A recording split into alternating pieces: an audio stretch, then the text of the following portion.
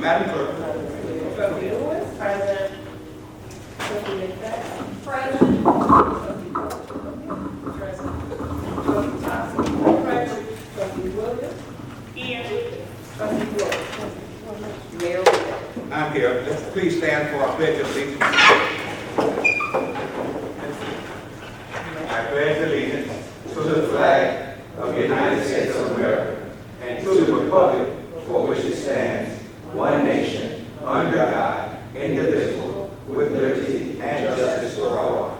Are there any questions or public comments?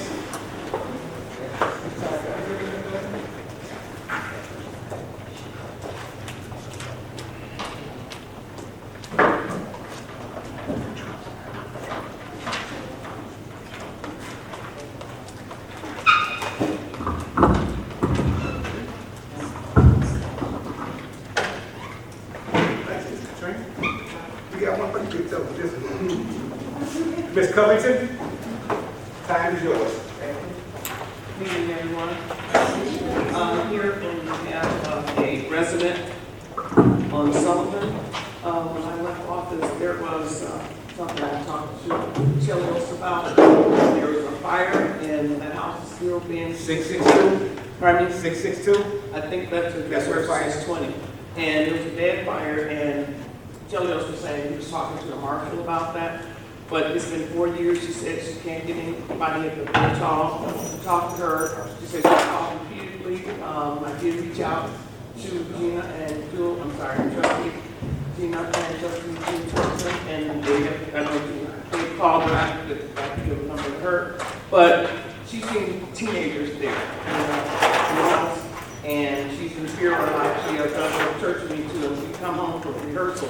It's kind of late. So she's concerned about kids, there's some kids in there, and she don't know if they have sex, get high, whatever's going on. But can someone please do something about that? Because naturally she's also concerned about the liability, her house, it just looks bad in her neighborhood, and her property value is going down too. So if somebody could do something about that, I would appreciate it. Okay. What's your address? I think hers is 620, I think. It's right that area. I know the house you're talking about. So I don't know what the status is, but she said she's been talking for 4 years and nobody's listening to her. So that is a concern. Yep. So, They go tell everybody, she play with fireworks, go to a fireworks show. Is that what happened? yep. Yeah. Formerly house, yeah. Yeah. No. All right, that's it for the public comments. Okay, what do we have? We got 2 items. Okay, here it is. My special meeting. First, second, and third reading ordinance authorizing a lease agreement extension between the Village of University Park and American Smiles for units 70 and 80, Town City Drive, July 1st, 2023, for 4 consecutive years. I have a concern. Go, see, on the way. Oh, you on the way, so maybe I'll be. No, Ms. Scott is on the way. Go ahead, what's your concern? Because, okay, that's rent for $350. No. You said for the, amount. This is the first one, 70. Yes, 70 and 80. Okay, let me look at it. That's the original. The original, that's the original. What his intended purpose is, instead of paying 3 monthly rent payments during a month, just to have them all at one time for all 3 of the units. $900 for the units that he's taking over here.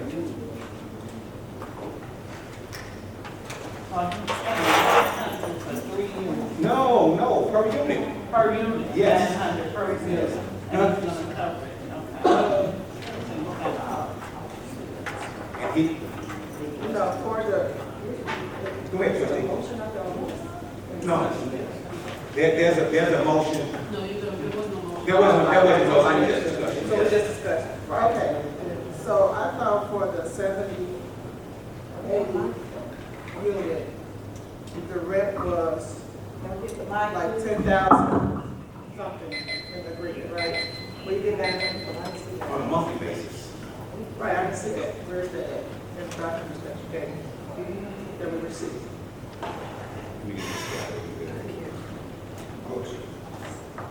I see this, it says $1,154 for 70 and 80. Current rent we are paying is $1,154 each for suite 70 and 80, which is a total of $2,308 a month. I'm not sure what. This is the master idea. Okay.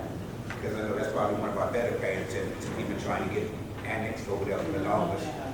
Yeah, if I can be recognized. Go ahead, trustee. Yeah, that's why I was asking if this guy was present, because I knew at the moment that she had been in talks with them, and I knew that at one particular time, they were anxious to pay money, I guess you would say, from where they at right now, keep coming down. So, it would be best to hear it from the, Should be here in a second.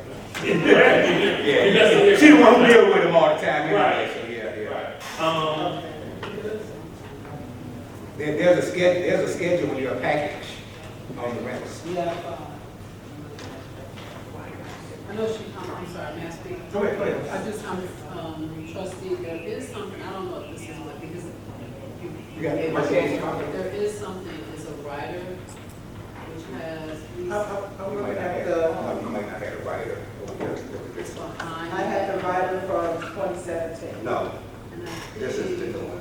This might be right with the addendums on the bottom of the calendar, starting in May of 20. It'll say 21 through 22, 23 through 27, 23 through 24. Do you see that? Right, and it ended for, that's definitely ended in 2020. So what was, I'm sorry, what was this? Right, you the one brought up $900. Oh, you're saying where is it? So that's why I was like, where did that come from? Because remember, we had a board meeting, and we were talking about the rents that we did a formula sometime, we're supposed to be by certain amount by square foot, and that's what it came out to be. Right, so, okay, when the good is not to come, then I'll have to get an extra question. I don't know if you want to go something else. There's not a motion, so that's how we can have a conversation. Yeah. But she got to ask me the question, so. Yes, she is. She bypassed the 6:30 meeting, I think it's 7.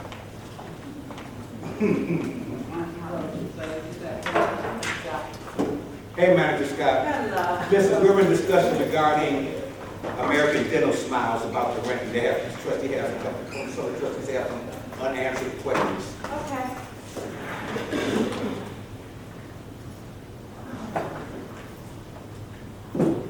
I'll let it be.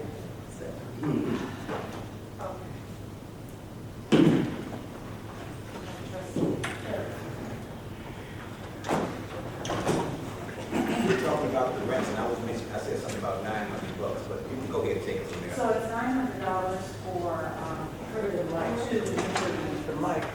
the older units are at the We can't same hear. price. And I believe it starts at $2,000. So they would just like for their terms to run concurrent at the same time. So they've already been approved for the other units, but it's basically that they would like all of the leases to sort of start 4-year term starting in July. Okay, a one monthly payment. Yes, correct. Which is fine, okay, so from the previous lease, the last change was supposed to be for May 1st, 2023 to April 30th, 2024, for $188. Yes, but they didn't move in because they wanted to make sure all the leases would run at the same time. Right, so that's what I want to make sure, if you all have the documents that it's going to be 1,154, is it going to be 1,188? I will double check with, give me a few minutes, but I'll double check with that. I believe so, but I'll double check. Okay, so, and also with the previous, it was based off of square footage. And I seen in a previous lease, it said $3.50 per square foot. And that is how much they're currently paying us, and that's calculated based off of that. The calculation for, so what is the square footage? It's showed in here that it's $900. 900 square foot. for 70 and 80, right? For 30, for the other two, for the two newer units, 38 or 40. 38 and 40 is. Is it $900? No, square footage. The square footage, yes, it's roughly 900, a little less, I believe. For the two new ones. Yes, 400 apiece, 400 Square and footage change. each. So what's the square footage for the old ones? I have to get that for you, I can't think of it off the top of my head. But it's based off of $3.50 to that calculation of what they're currently paying now. Right, so I think you need to know what the square footage is to make sure that it's the right calculation, right? Okay, so they were asking for a break of paying $900. It's technically slightly more if that was to be included as the $350, but they were asking to be considered because they already have those two existing units, and they were trying to just expand and grab the other two. So they were asking for that consideration. Okay, so things are not clear. So for 70 and 80, you're getting a new lease as well, correct? Correct. So what is the square footage for 70 and 80? And what's that square footage, so we know that it's the right calculation, but we're not 50% of the square foot. Okay. I'll give that to you. Okay, because that's what they're based off of, not this, it didn't add up to what the contract would be said. Correct. So the one for 78 and 80 is at $3.50. I'll get you that square footage. And the other unit is not $3.50 per square foot, the newer one. What is the square, what is the? I have to get that. It's not $3.50. They were just asking for a concession because of the fact that they're already renting 70 and 80. But I'll get you that exact number. Also, the previous lease was based off a progression of a 3% increase each year. Why are we not doing that for this one? For the newer lease? Yes. For the current, we can. I can go back and ask them. Originally, I think it was pitched at around $650 or $700 originally. And I told them they had to go up to $900 and they agreed, but I can ask them. Right, because they have the rent scale per year, and it was an increase each year.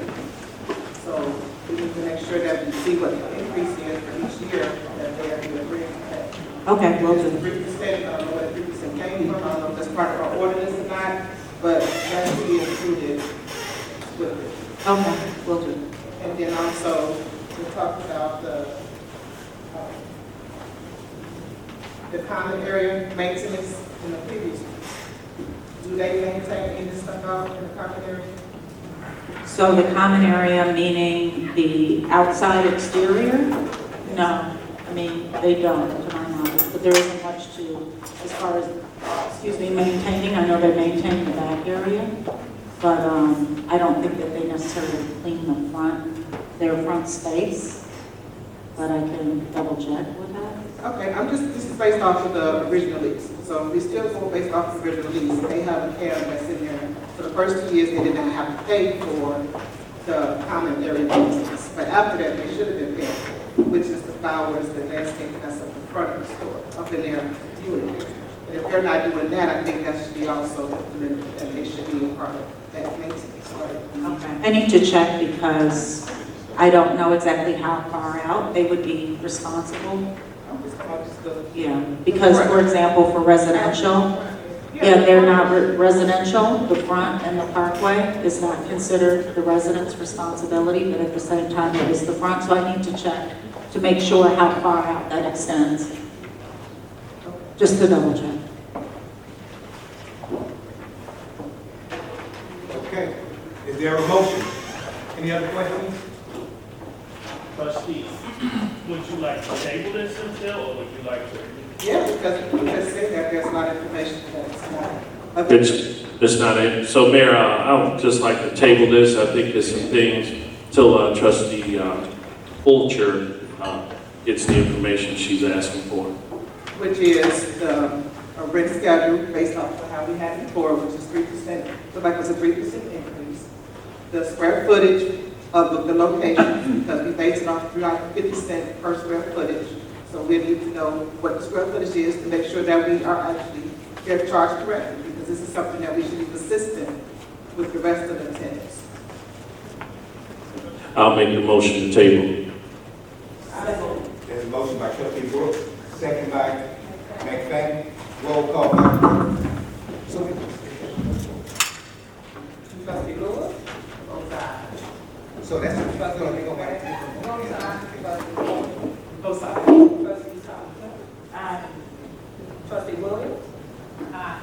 Trustee Brooks? Both sides. Mayor Rivera? I concur. Both sides. Motion table.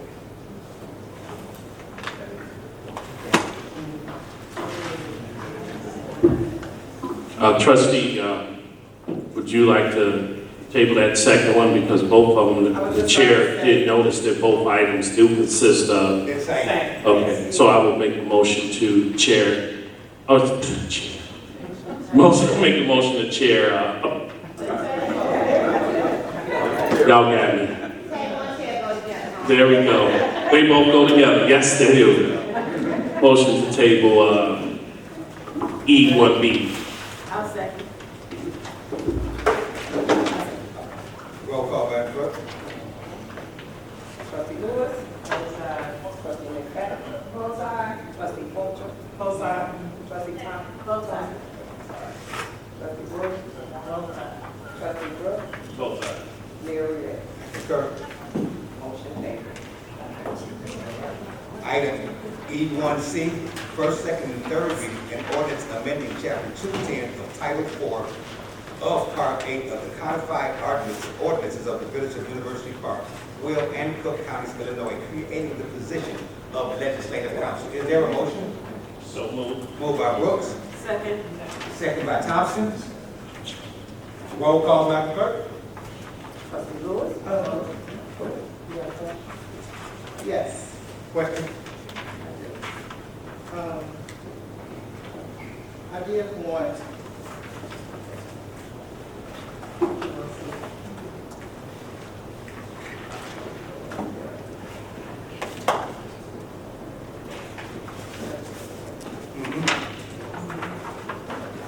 Okay, go ahead. You good? Okay. Trustee Lewis? Both sides. Trustee McFadden? Both sides. Trustee Fulcher? Both sides. Trustee Thompson? Both sides. Trustee Brooks? Both sides. Trustee Brooks? Both sides. Mayor Rivera? I concur. Ordinance number, motion passed. Ordinance number 02023-10. Okay. All right, item E1B, resolution approving a letter of engagement to retain Montana and Welch as legislative attorneys. Is there a motion? So moved. Second. Roll call, Madam Clerk. Trustee Lewis? Both sides. Trustee McFadden? Both sides. Trustee Fulcher? Both sides. Trustee Thompson? Both sides. Trustee Williams? Both sides. Trustee Brooks? Both sides. Mayor Rivera? I concur. Resolution number R2023-19. Last item on this agenda, item E1E, resolution approving a revised letter of engagement to retain Olson, Sturts, Murphy, Frazier, and McGrath, LTD as corporate attorneys. Is there a motion? So moved. Moved by trustee Brooks, second by Lewis. Roll call, Madam Clerk. Hold on, I have a question. Questions? Yes. Okay, so for the contract under section 2, which is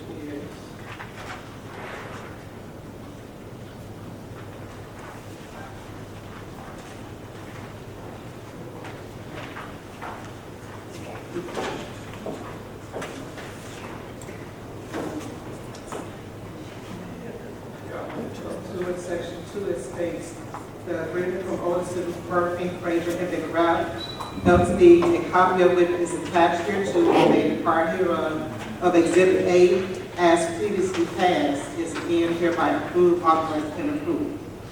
I want to take out as previously passed because it was not passed in the board.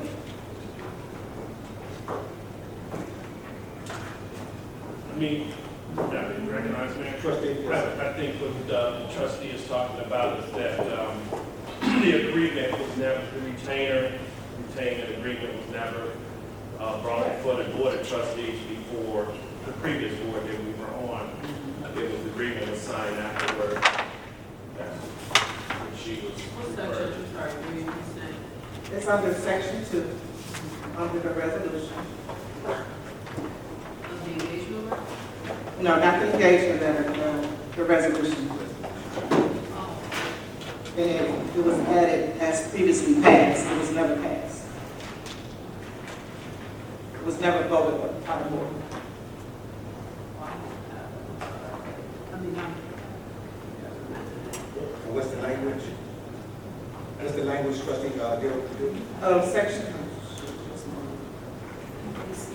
What's the language you got? You got something? just to take out as previously passed. The only thing I just want to take out is as previously passed. Okay. For the record. oh, I see. And also, that I had talked, I think we was talking about that we wanted to bring the price of the hourly rate to $185 versus just like the other attorneys, because now we're having 2 attorney groups.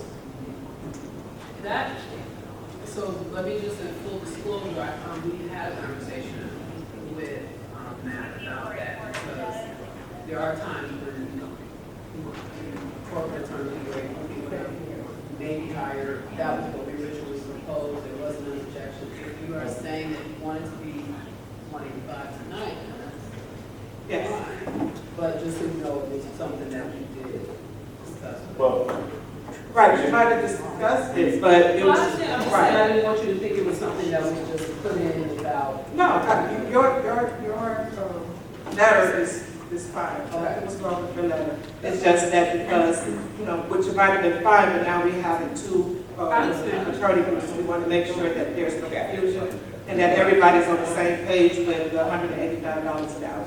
That's fine. That's fine. And then just with both groups that I read that it states that you're able to use other clerks and other attorneys, but we want to make sure that they're staying at the same rate that we agreed to. No, that's, yes, because some, there are times when the partners may bill more, but everyone is money. On the same rate. Right, okay. That's fine.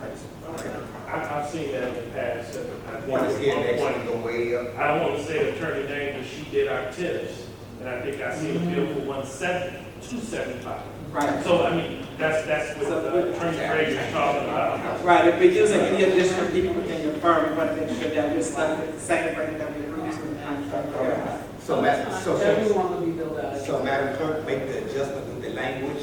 I think what she wanted to have instructed as previously at the last meeting, is that the language, trustee Dilworth? Yes, And then we can change. as previously And passed. then, as previously passed, now we'll put the figure at that 185.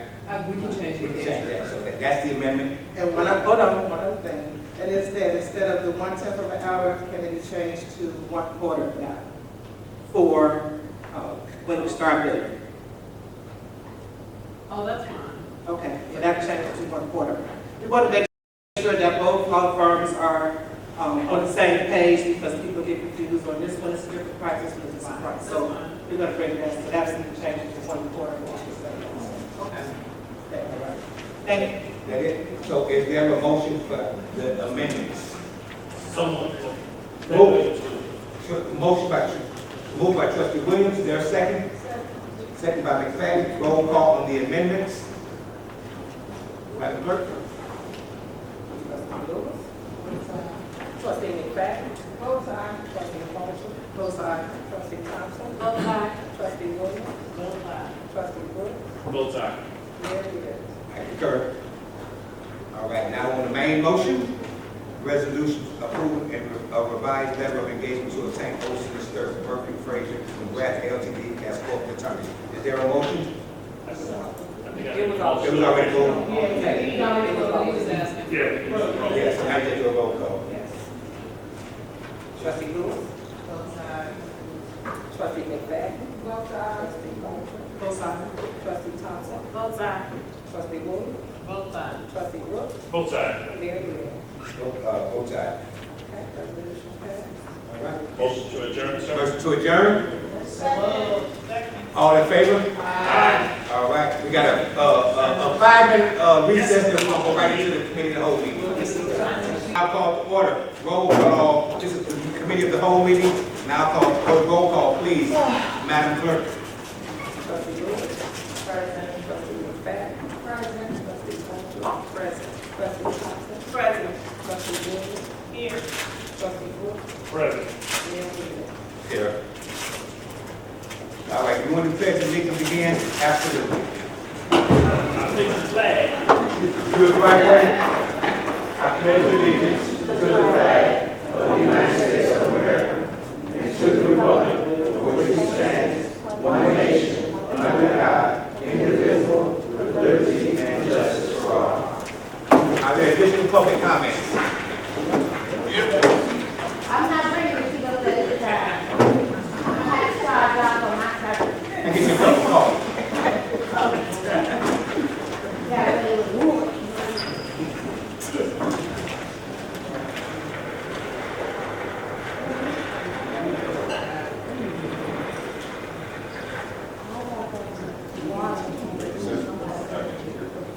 Ms. Covington? Yes, sir.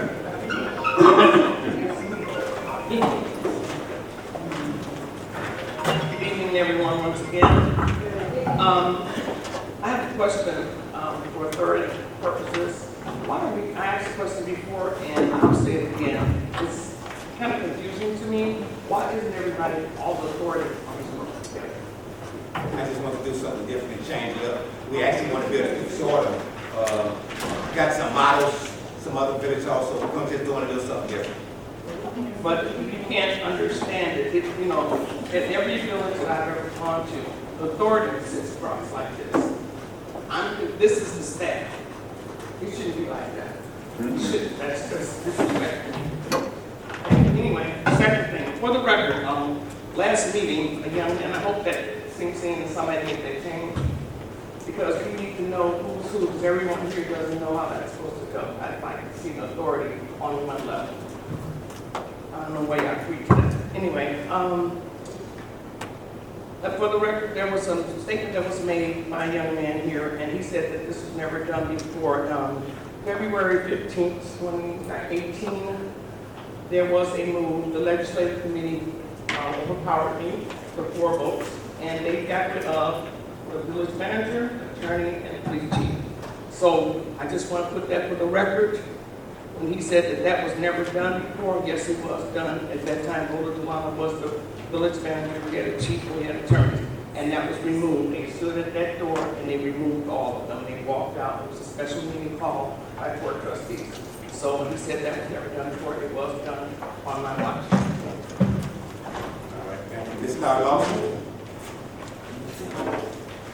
That wasn't clear. They said she said she didn't understand what I said. The removal of the board, it was a mutiny, shall I say, that I felt that was done that day. And they were moved out. It was all planned, and I was sitting right here with someone, and that was done. So I said that. Yes, and that when they made John Townsend the village manager at that time, they got rid of the attorney and they got rid of the police chief. I remember that. He said it's never done before. So what's up with that?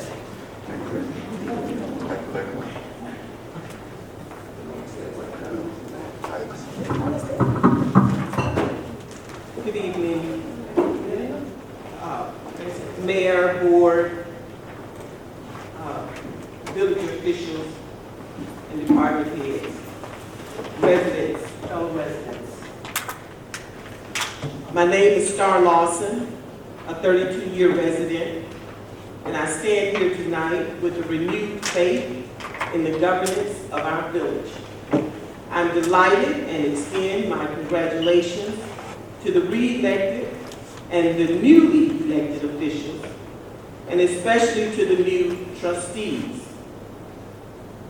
To Trustee Donna Fulcher, Trustee Gina Williams, and Trustee Jewel Thompson. You have always impressed me with your clear vision and your ability to get the job done against the most formidable opposition. And I want you to know how happy I am that you're sitting in those seats. It gives me hope for the future of our village. This victory clearly acknowledges your outstanding service to the community, as well as our community's trust in you to speak out for what is true, for what is just, and for what is right. We have grand ideas in our minds about how to change the world, but we can't change the world with only ideas in our minds. We need conviction in our hearts. And I thank you that you have that conviction in your heart. We must stay hopeful because hopelessness is the enemy to justice. Hope allows us to push forward, even when the truth is distorted by the people in power. Hope allows us to stand up when they tell us to sit down, and to speak when they tell us to be quiet. Our system has taken more away from the residents in University Park than the village has the power to give back. But I believe that if each of us will follow the lead of these new trustees, we can change University Park and the way we govern for the better. If we can, if we will, look at ourselves closely and honestly, I believe we will see that we all need to govern with integrity, with mercy, with justice, and perhaps some measure of unmerited grace. Again, congratulations, and I hope to see you at Juneteenth on Saturday, June 17th from 6 p.m. right here in 90 Town Center. We're going to celebrate. Thank you. Thank you. Bobby Greer.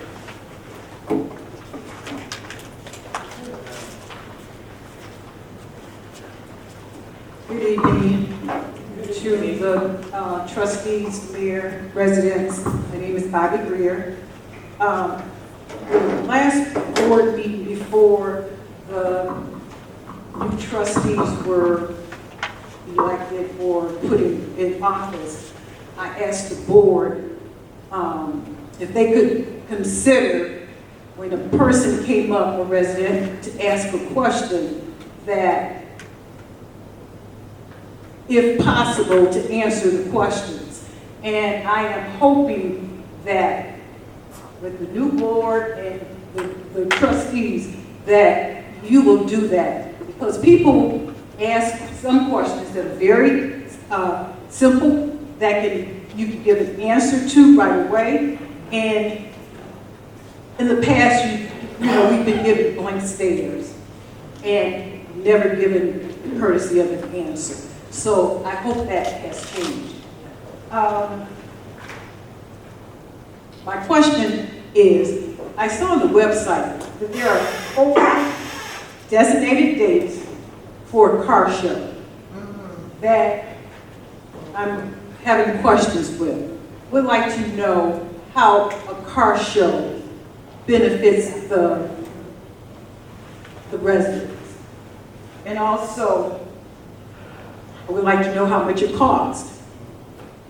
Because from June, July, August, September are the months that I saw for a car show. That's the summer, thinking that maybe the residents could benefit for something for the summer, children could benefit for something.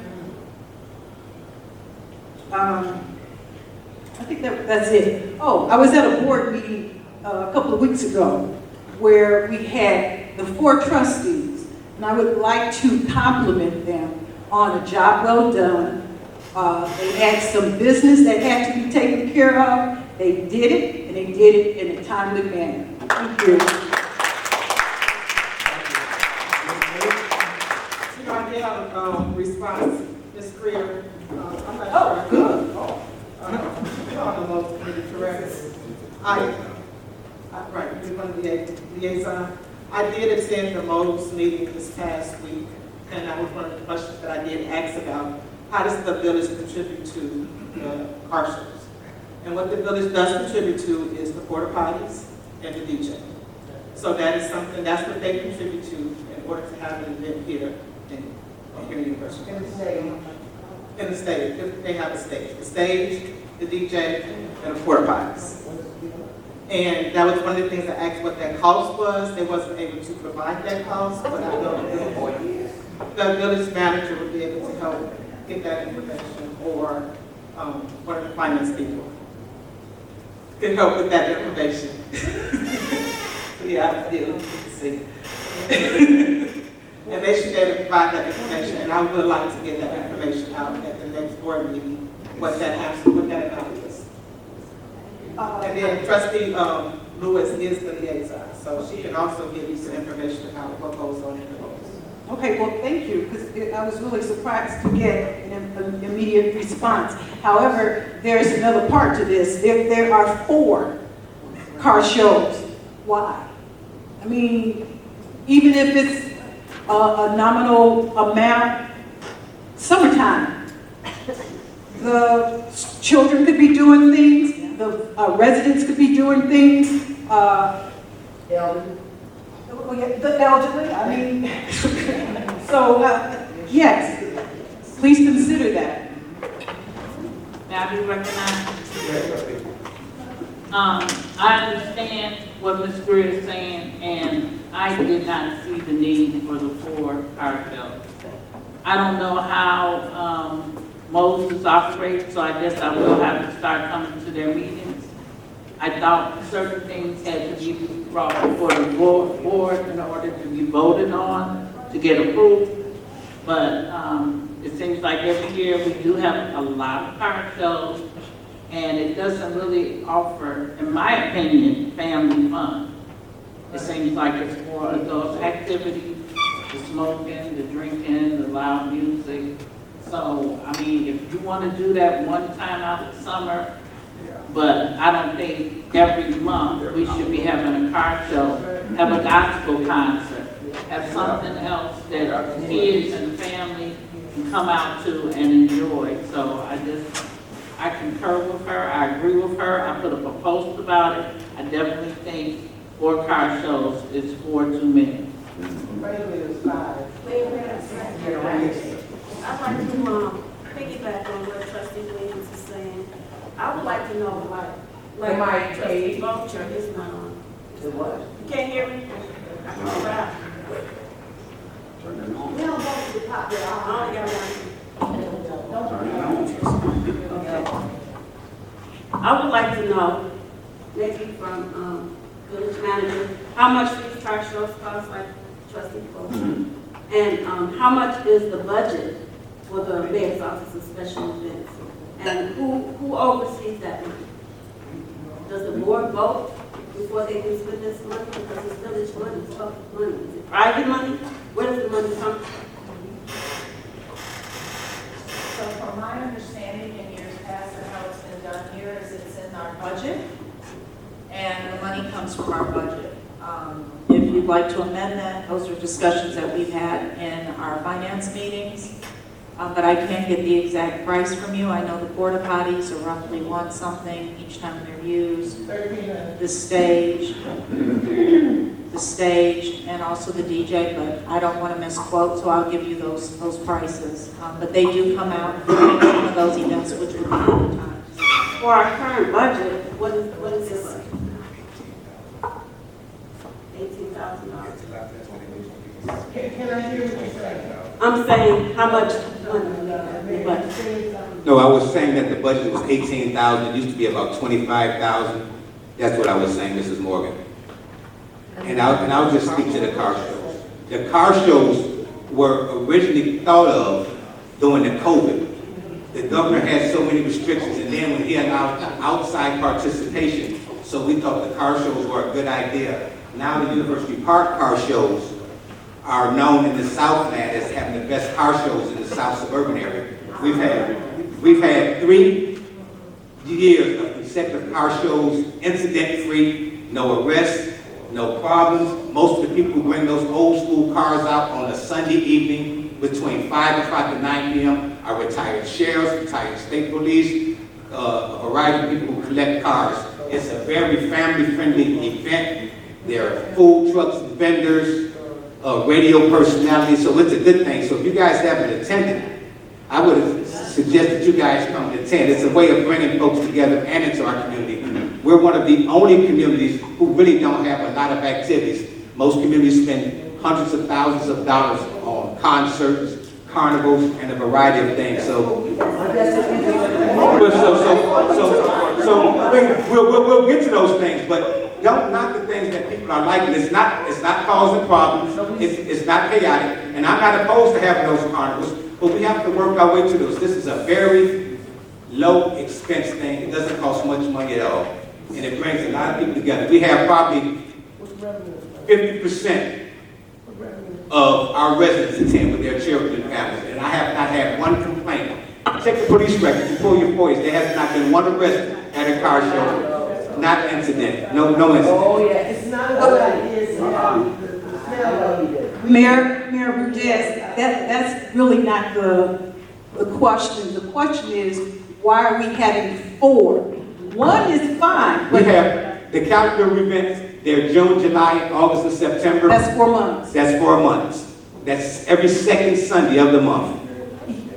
4 events, regardless of second Sunday, first Sunday, July, August, September. We're having 4 car shows. Why? What's wrong with that? What do most communities do in their town? I see all of our residents in Madison, I see them in Linwood, I see them in Calumet Park, I see them in Tinley Park, I see them in Frankfurt, I see them in Park Forest. Mayor Rudez, however, this must be your baby. For you to ask. No, I like cars. I know you do, but for you to ask a question like that, as the mayor of the village, for all of the people, what is wrong with 4 car shows? Now, come on. What are you going to give, what are you doing for the rest of the residents during the summer? Anything? Yes. Have you ever participated in any of the things? Oh, wait a minute now. I'm just asking, this is a conversation, and I'm not giving you a confrontational argument, but I've never seen you participate. Who are you asking? I was a part of Mayor Covington's, and we put on things at Pine Lake. We did things. We want me to come back next village meeting and ask you how many things that I spearheaded as part of this village that you were part of? Don't do that. Well, Mr. Greer, I'm not looking backwards. We're moving forward. Mr. Morgan. I did want to make a comment. I just wanted to say that when I did go to the Mo's meeting, they were receptive to new ideas. So if you all are interested in presenting something, I think that's something that you all should come to the meeting and present different things, and they would be interested in doing it. So they were receptive to ideas. When is that car show? I don't know.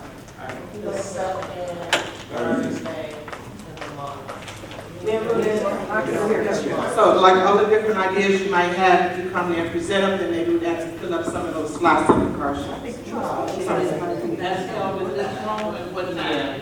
And I think the ideal of the car shows, nobody's bringing ideas, and then now you say gospel concerts, that's what That's on there. look into, because we can look into and see if those people will come out here for Sunday and then.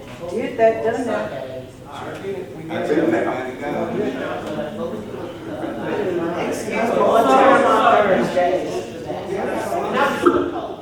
So, Mayor Rudez, so it's not a hopeful event. You can just walk through and get a contract out. And I also bring my friends. And people that I know who came to the car show who are car people, they left and said it was just too much. It was not what they were used to in a car show. It was not really I've heard a hopeful event. Okay. All right. Mr. Morgan.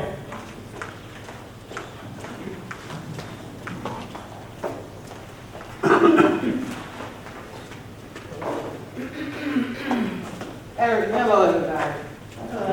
Speaking of activities and car shows and things that we have here that's going on in the village, did you know that just a couple of days ago, our Juneteenth for the village under Community Zoo was being threatened to be canceled?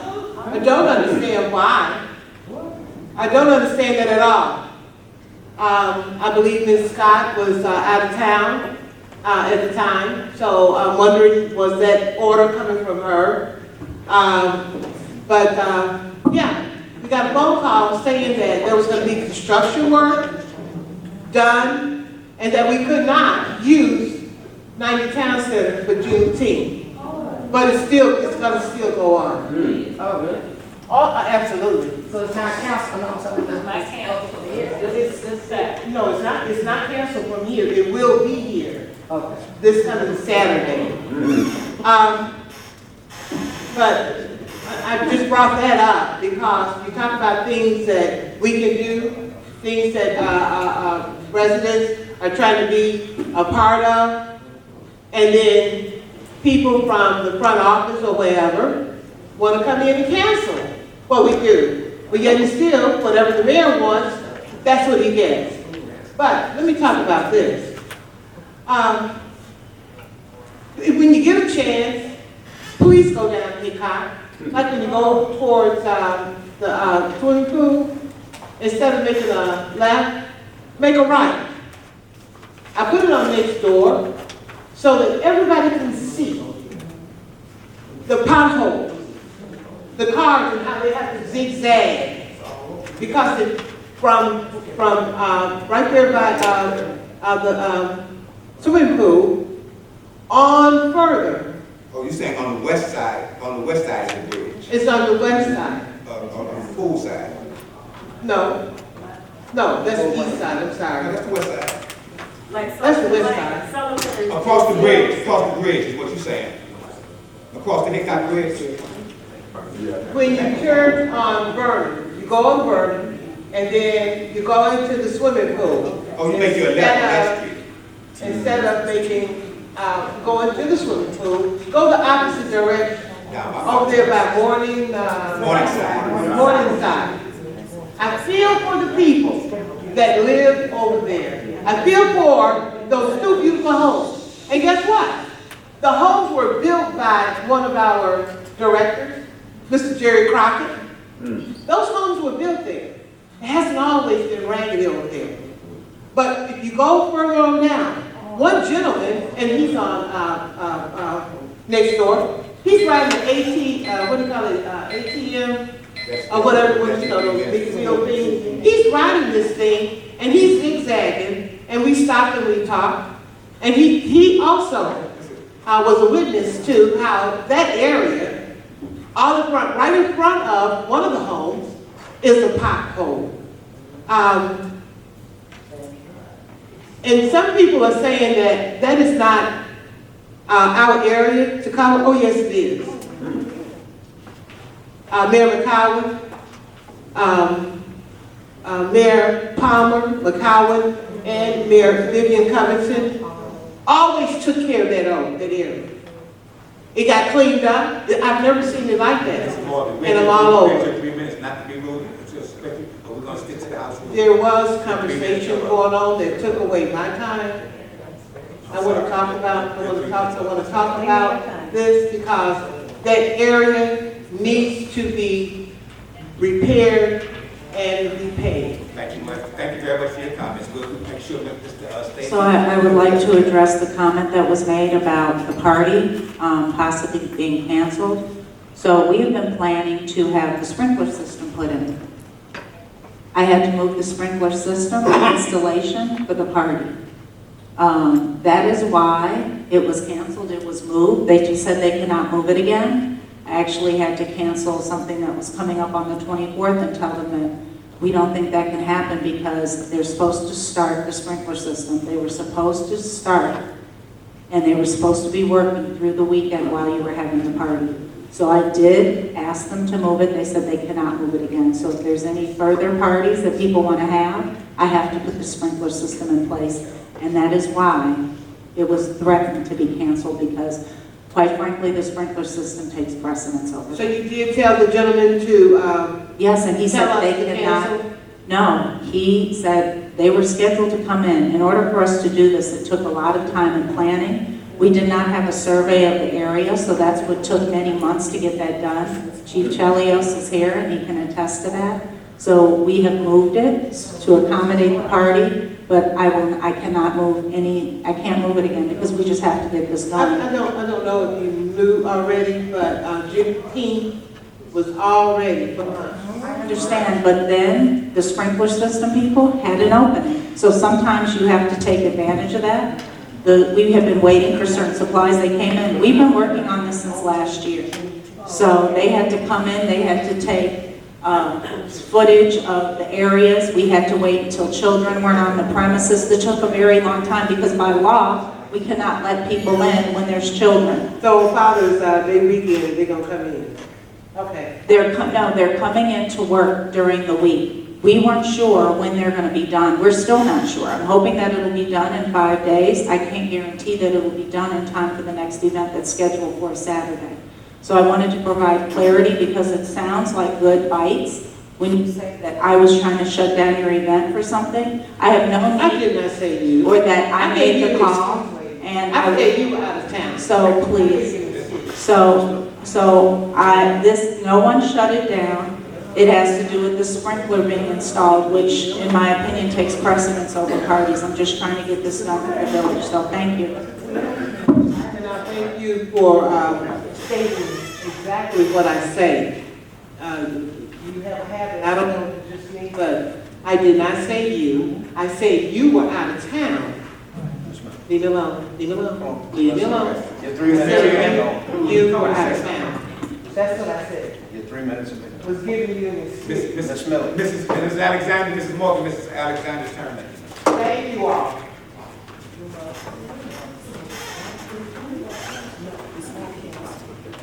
No, it's not canceled. Good evening, board. It's so wonderful to see you guys all together.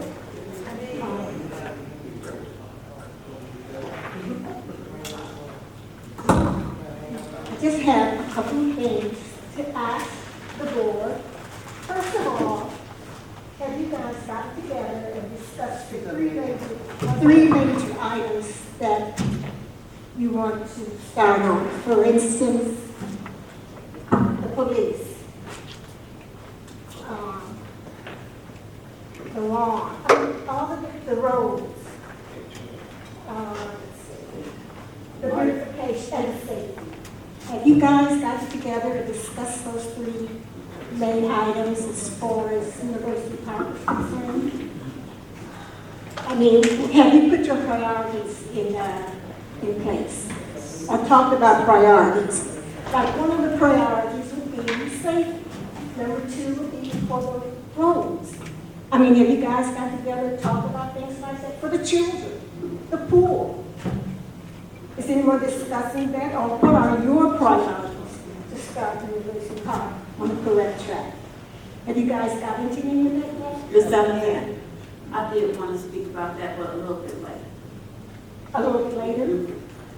Fabulous. And we're working on a retreat for those same purposes that you're speaking of. Okay.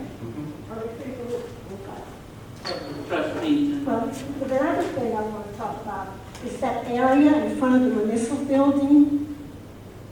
Can it be fixed up? The grass, the hedges, right there. We're trying to attract business. If I was going to make a business come in here with my business, and I saw the area, and that's right in front of the municipal building, it's horrible. Yes. You can get anyone to come and spruce that up. You should see what we are doing over in Lane where I live. We're doing wonderful things. We're doing it ourselves. Yes. The last thing I want to make a comment on, and I know you guys are sitting trying is the pennies. Penny, please, Random pennies. And I'm just asking, could the pennies jar stay over there? We could have residents to drop the pennies there. What did you say? The pennies. And Manager Scott, is there any way you could put flyers or just put something on the board there and say, penny drive for University Park, drop pennies off at the station? Can that happen, you guys? Don't give her no more than what she's already trying to do. We need some. work on some real projects. Okay, I wasn't saying it was a problem, I was just trying to do something for the children. I mean, that's all I'm doing. Make out a flyer and I'll do some copies and I'll put them around. Okay, apparently this is not important for us to discuss. However, Stuff around. all right. Can I just recognize, Go ahead, Oh, trustee. that's my case. Mary Ann, all of your comments are legit. And we are gonna be working on those things. We haven't had the opportunity. We were sworn in May 17th. It hasn't been a month yet, but we already know that these are things that are affecting the public. These are things that a lot of us ran on and we are concerned about. Because we're not just trustees, we're residents. We live here. So I want to make sure everybody knew this Thursday in the town center at 6 p.m., I believe, chat with the chief. That's a safety issue, and he wants us to come out and discuss all the things that concern us regarding safety issues, things happening, fireworks, anything that, you know, you have a problem with, that's the time to come out. He's gonna have the town center, and he's inviting the public. This is his second one.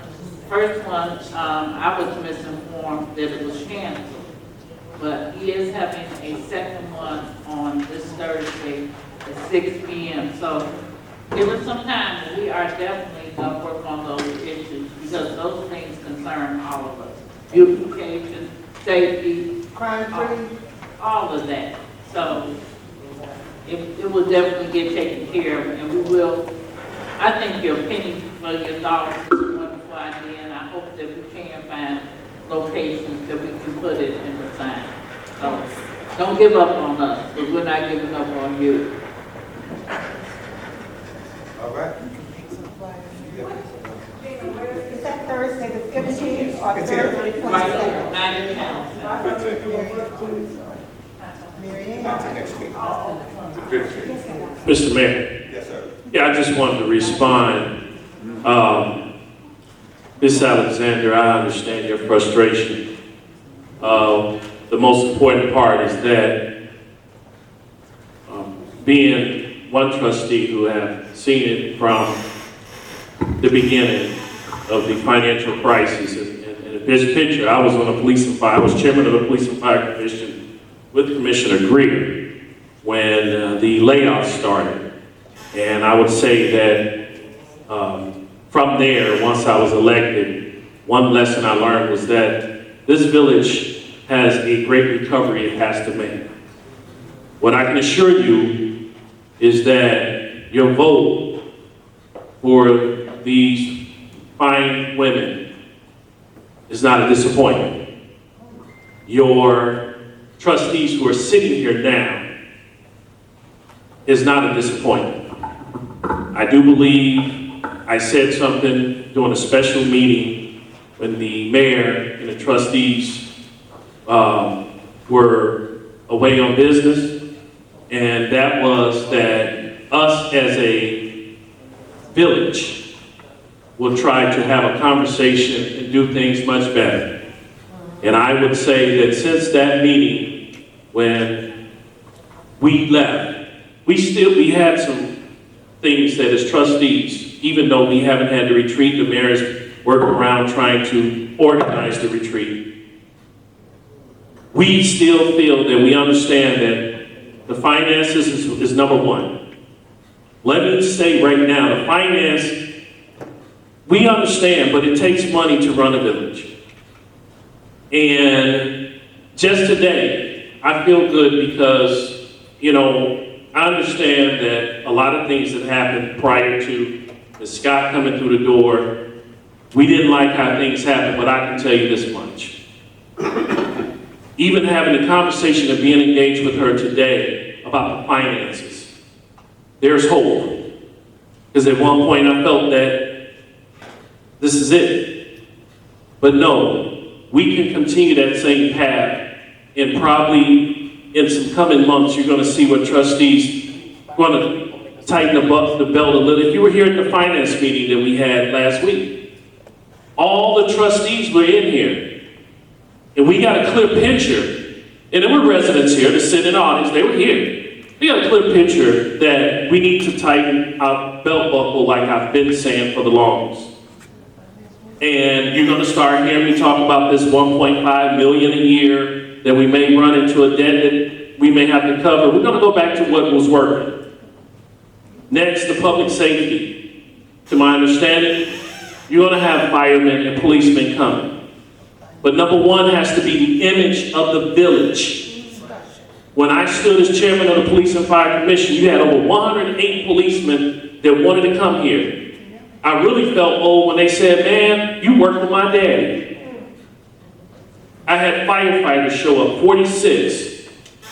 We had promotions. We were doing well. And we will go right back to it because from my understanding, that budget hearing, we're going to that place. And then as far as the roads, we'll be having a discussion about that tonight because we'll be talking about street sweepers and so forth. But I just want to leave this in everyone's mind because when it comes down to it, we cannot no longer leave a negative image on University Park. It's time to rebuild. When something is wrong, we ask the residents to hold the trustees and the mayor accountable and those officials who are responsible. And this is the beginning of it. You asked for it, you got it, and you've seen it. If something's wrong, we'll address it. But I want everybody to please at this point be patient. Because I have seen it. When I say sometimes I don't know the word 8 years, but it'll be coming up 8 years I've been up here, and I've seen enough. But I think that we have made progress even tonight when it came to discussion about the law firm. If you paid attention to the last meeting, that was progress. This is not dog. This is University Park, and we will remain united. I yield my time, Mr. Mayor. All right, thank you, Trustee Wilkes. Pertaining to the finance meeting, we cannot have a finance meeting because we don't have enough for a quorum. As was stated by the director as well as Ms. Martin, we don't have enough. This is just a discussion, quote unquote. And that's what we had. We did not have the finance meeting. And we can never ever, and I brought that up on that day, we can never ever have because you don't have enough people. Because the mayor ain't brought in enough people, he hasn't done his job to bring in people so that we can have a finance. So we can't say that we're having a finance meeting. That's a joke. So, Mayor, there was never recognition, but I'm just going to ask for this time once again to respond to Ms. Millie because that was, I didn't yield time for a comment. Let me say this.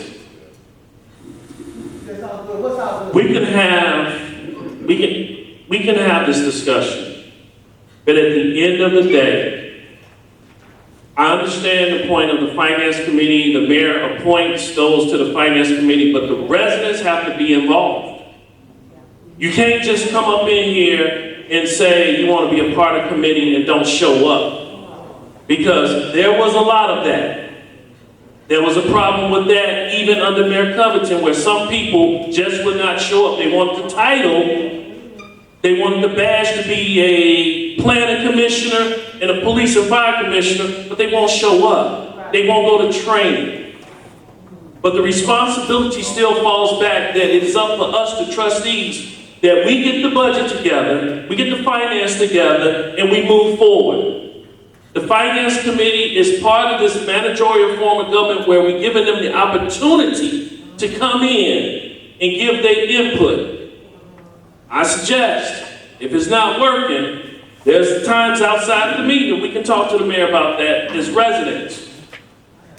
But we, as trustees, we're responsible to making sure that the finance of the village, we're the last say-sos that this needs to go right. Because if it don't go right, there's a couple things that can happen, especially if it's wrongdoing. So, what I would say to you, Ms. Millie, is that, to me personally, those who don't want to show up to the finance meeting, I don't care no more. Only thing I give a damn about is University Park, that we make it, and I was happy to have the conversation with the village manager today, that I know we can get out of this sinking ship that we've been in. Because it's still leaking at the bottom. Problem come in is that we keep trying to float way out, and Trustee Brooks said you need to come back in. What I like is that all of us are saying it's something that needs to be done. And the first step tonight you've seen was when we agreed on when it came to the law firm. The next will be dealing with finances, public safety, and everything is taken care of itself. So we shall be all right. Mr. Mayor, I yield my time. 30 minutes is up. Point of order. 30 minutes is up for the public comments. But go ahead, I'll just ask Ms. Cummings. If she wanted to, there are people, like my husband's been on 15 years finance committee, he did apply. There are people that will apply if they were rejected. To be on the finance committee, so maybe if they apply again, maybe they'll be accepted. But we always had a form majority of the time. But there are people that are applying and they're getting rejected for whatever reason. My husband's got 20-some years and he balances a $20 million balance from VA every day. So I don't know why he was rejected from the finance committee. But he was. But so you probably get a form if you accept some application. All right, thank you very much. We're going to conclude the public section right now. We're going to go into our discussion agendas. Mr. Mayor? Yes, sir. For tonight's meeting, I would like to make a motion to pull 3 items, if you follow the item number. The first one is going to be 51B. The next one is going to be 51I is an Ida. Then the last one is going to be 51J is in John. If I get a motion to pull those off the Cal discussion tonight. Is there a motion? Move by. Second by. By the board. Roll call, Madam Clerk.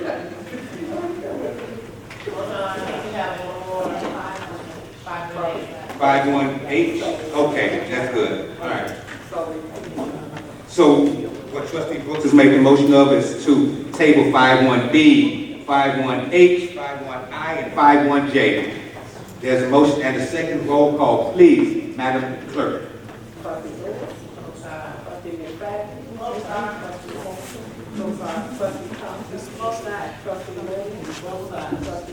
Both sides. Both sides. Okay. One quick item while Mrs. Detburn is here. Discussion of presentation by Donna Detburn Chambers regarding University Park scholarships. She makes the announcement of recipients award scholarships at our building. Thank you so much for all that you're doing, Ms. Detburn. The floor is yours. Good evening. I'm making these scholarship announcements a little late. I was trying to get them done in April and May, but through just a series of different things with meetings canceled and all kinds of stuff, it didn't happen. So then we had a new board, and now I'm announcing this to the new board. I passed out lists of the scholarship recipients for this year. This year we're spending $15,000. We're giving away 11 new scholarships to graduating high school seniors that live in University Park. And we are renewing 4 that previously received scholarships. And these are only children that live in University Park that are eligible. I just want to tell there are a lot of people, I mean, I've been doing this for years. In 1988 is when the board at that time did a resolution to put the scholarship commission in motion. And I was chairperson. And so I've been chairperson since 1988, which is 35 years. Wow. And you figure that our first scholarships we were given in 1989, we gave 3 at that time. They were $500 scholarships. And for the next 31 years, we gave hundreds and renewed hundreds of scholarships that were $500. 3 years ago, I told the board that we're going to change the amount to $1,000 each because 500 just doesn't go enough. And since then, we've funded several and many. And last year I had only 1 new, but 4 renewed. And this year, as I said, you know, 11 new and 4 renewed. So every year is cyclical. And I collect money from all the companies and businesses and request donations from everybody in God. And hopefully they will contribute. One thing I am disappointed though is that I like to get monies from our lawyers for the village. And now we have 2 sets of lawyers. And it would be lovely if next year when I send you these letters requesting scholarship help that I would get scholarship. Now, Olson Stark is given before, and that's nice. So it's, maybe they missed it this year. I just know that I do have a savings account because in the past, sometimes people have donated more money and I have used less than I needed. So when it comes to every year, I do usually give everybody that applies a scholarship and I guess the rest I will take out of my savings account. I do want to thank Cecilia Kelly. She does help me with the things. I make up the standard forms, bring them up to date. I take them into the office and Cecilia makes sure that everybody gets copied and everything's put together and I get lists and names and labels that then I come back to me and then I get them in envelopes and bring envelopes back to the village hall and then they put stamps on it and that is the village's contribution to the scholarship fund, the help in the office and then the postage. So and I really am thankful for that over the years. It's been very, very, very helpful. So I just want to know that I'm 80 this summer. I still plan on being scholarship chairperson, and I've been out here for 52 years. I've been here a long time, and I've seen a lot of boards come and go. I have high hopes for a board that works well together, and I thank you very much. All right. Ms. Donna? Ms. Deborah. So, Ms. Deborah, would you like us to read off, one of the trustees to read off the recipients? Or would you like to do that? I can read them, I'm sorry, I got carried away. Yes, my recipients this year were, I have little glasses on here, Linnell Williams, London Brown, Joshua Franklin, Peyton Jenkins, Marissa Jordan, Arthur McFadden III, Tiana Mutalib, Nicola Simmons, Ariana Desmute, Taylor Medlock, Chantrell Sparks. Those were all the new ones. The renewals went to Xavier Desmuth, Karis Norfleet, Ethan Peacock, and Devontae Sevier. Thank you so much. Let's give Ms. Deborah a round of applause for helping our young people. Thank you so much, Ms. Deborah. You're very welcome. All right, next item, I think all the residents will be pleased about this. This is just discussion for action at the last meeting. Item 5.1c, discussion for purchase of a used street sweeper for public works. The floor is open. Manager Scott, anything, Matt? Anything, anybody want to talk about the street sweeper?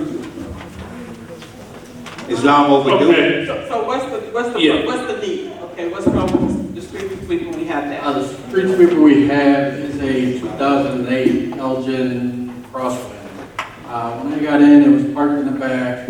I asked what was the issues with it. Guy said that it wasn't picking up, which is not picking up the debris on the street, it's leaving a trail. If it goes out, you'll see a trail in the back. That one is a Crosswind, it's a vacuum type street sweeper. That one, it's got motors and propellers on the inside to draw the vacuum, come suck everything up.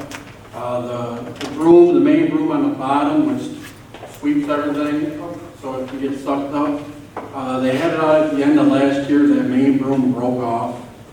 It's rotted away on the end, so there's an extensive amount of repairs that need to be done to that one. And so I went out, I reached out to Standard Equipment. They're the ones that we bought the Crosswind from back in 2008.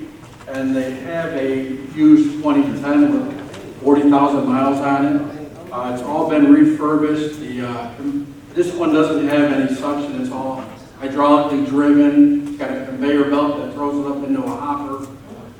It's all been rebuilt, conveyor belt, the side rooms, the main rooms. They give us a warranty on it for 90 days. If there are any issues, they said that they would come out, check it out for us, help us out with it. But everything has been refurbished on this one. And I also got them to do a trade-in with our old one. The original trade-in amount was $10,000 because of the condition. But I talked to them a little more, and they're willing to give us $15,000 for the trade-in. Now, the way we purchase it through a lease purchase, the first year's payment would be our trade-in. So we wouldn't, if we decided to pick this up next month, we wouldn't have to pay until the first payment would be next year. So, I have a question. yeah, So this one is 135,000. yes. So did you check anybody else? Yeah, I called one that's out in Mantino. I haven't heard back from them. I called them twice. The newer ones is basically all they have. And How much are the new ones? they have to order those. They start playing at $250,000, $300,000. So, and that's with not a lot of stuff on them. You want to get the auto greaser to keep everything greased that's moving. You want to have all your strobe lights on it for safety. You know, it's like that one was a broken down package for a basic one. I'm just concerned that we just go with one person without checking multiple Well, vendors. I could give him a call, see if he can get us something. I mean, they're not the only, they're the only. These are the only two that are out in this area. Otherwise, there's Elgin, but they come out and sweep for you. They don't sell machines. Everybody recognize? Matt, I had this big question. Would this be the, well, I know some towns out further north, such as Dalton, have leaf collectors. Used to, yes. Yeah, they used to? Okay, well, yeah. A lot of the towns used to have them. I don't know why they got away from them, but some of them still do have them, and then some of them don't. Okay, because I guess the one question I had was, that would be one benefit for the residents that they have talked about during the fall. And I noticed that it posed a problem where people in the fall love to rake their leaves out into the street and hoping that this street sweeper will pick it up. And to my knowledge, since I've been on the board 6 years, the one that we have now, constantly it's a breakdown because I don't think people understand that it clogs it up. And actually part of the damage that's done to it, this is a 2008 and this is a 2010. So the public, I don't know if the public knew that. So would this be more geared towards if that happens, or? As in being able to sweep up the leaves? Yeah, will we come into the same problems with that older model? Yeah, you'll come into the same problems just because when you're sweeping, you have the idle turned up high at like 3,000 RPMs. Mm-hmm. And you start grabbing all them leaves that come in, it starts slowing the side boom down. Okay. And tearing up the side boom itself, hydraulic. And plus, if you go and pick up the leaves along the curb, you're only going to get a half block. You're going to have to go dump your machine. And that was one of the issues. Yeah, those hoppers aren't all that big, but it'll pick it up. And you, like I said, it's a half block that you're running to the yard, dumping it, coming back, doing another. It's time consuming, very time consuming with the street sweeper. Yeah, to my understanding, that's what occurred with the one we have now. It was constantly being jammed with leaves and so many.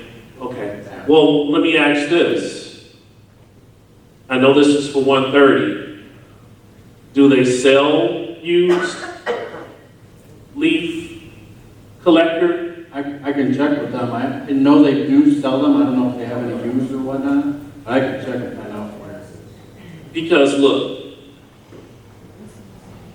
we can find money to pay certain things.